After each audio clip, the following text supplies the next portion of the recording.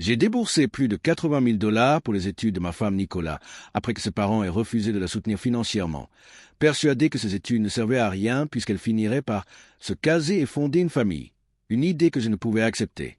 J'ai multiplié les heures supplémentaires, pris des emplois en plus et fait d'innombrables sacrifices pour qu'elle puisse réaliser ses rêves. À l'obtention de son diplôme, j'étais fier, convaincu que chaque sacrifice en valait la peine. Aujourd'hui en master, elle évoque souvent le professeur Robin, un homme que je croyais au départ qu'elle admirait uniquement comme un mentor. Un soir, en feuilletant de vieux albums photos, elle a ri en voyant une photo de lui, qualifiant leur relation de « petite aventure », et mon monde s'est écroulé. Plus elle parlait de lui, plus je comprenais que ce n'était pas qu'une simple admiration. Notre relation avait franchi les limites professionnelles et personnelles, se transformant en liaison alors même que je finançais ses études et que je lui faisais entièrement confiance. Au cours des semaines suivantes, j'ai soigneusement rassemblé des preuves courriels, photos, messages, révélant que leur relation était inappropriée, voire physique, Robin abusant de son pouvoir pour lui offrir des opportunités et une attention qu'aucun autre étudiant ne recevait. Face à cette trahison et à cette violation de l'éthique, j'ai rédigé un rapport détaillé et l'ai transmis anonymement à la direction de l'université. Les conséquences furent immédiates. Robin fut licencié et interdit d'enseigner, et la participation de Nicolas compromettait l'intégrité de son diplôme, entraînant la révocation de ses distinctions et la restriction de ses opportunités académiques.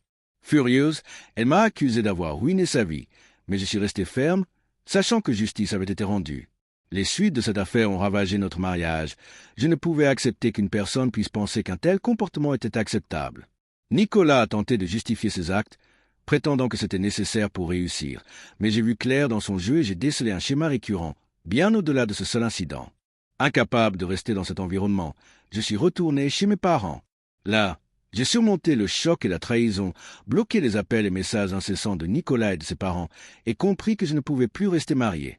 Nous avions grandi ensemble, nous étions en couple depuis l'enfance, et je lui avais fait une confiance aveugle, persuadé que nous étions faits l'un pour l'autre. Mais cette confiance était irrémédiablement brisée. De retour chez mes parents des mois plus tard, confronté à sa fureur, j'ai compris que notre relation était irrémédiablement brisée. Elle a tenté de manipuler l'opinion publique, prétendant que tout le monde était contre elle, mais j'ai insisté pour divorcer. Elle a essayé de justifier ses actes, affirmant qu'il était acceptable de coucher avec un professeur pour réussir, mais je ne pouvais pas accepter qu'elle banalise la trahison et l'exploitation. La semaine suivante, j'ai emménagé dans mon propre appartement, entamé une procédure de divorce et commencé à me reconstruire, refusant de répondre aux appels et messages incessants de Nicolas. Ses parents ont même essayé de me faire pression, mais je les ai bloqués, déterminés à maintenir mes limites. Le divorce a été prononcé après une longue et éprouvante épreuve.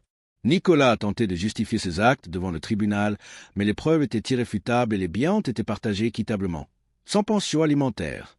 Des semaines plus tard, elle a pris contact avec moi pour présenter des excuses tardives, admettant avoir beaucoup de chemin à parcourir et exprimant ses regrets pour la douleur qu'elle m'avait causée. Je me suis contenté d'accuser réception de son message et de passer à autre chose. Aujourd'hui, après 20 ans de vie commune, je fais face au vide laissé par ce chapitre clos. Je m'adapte à la vie après le divorce.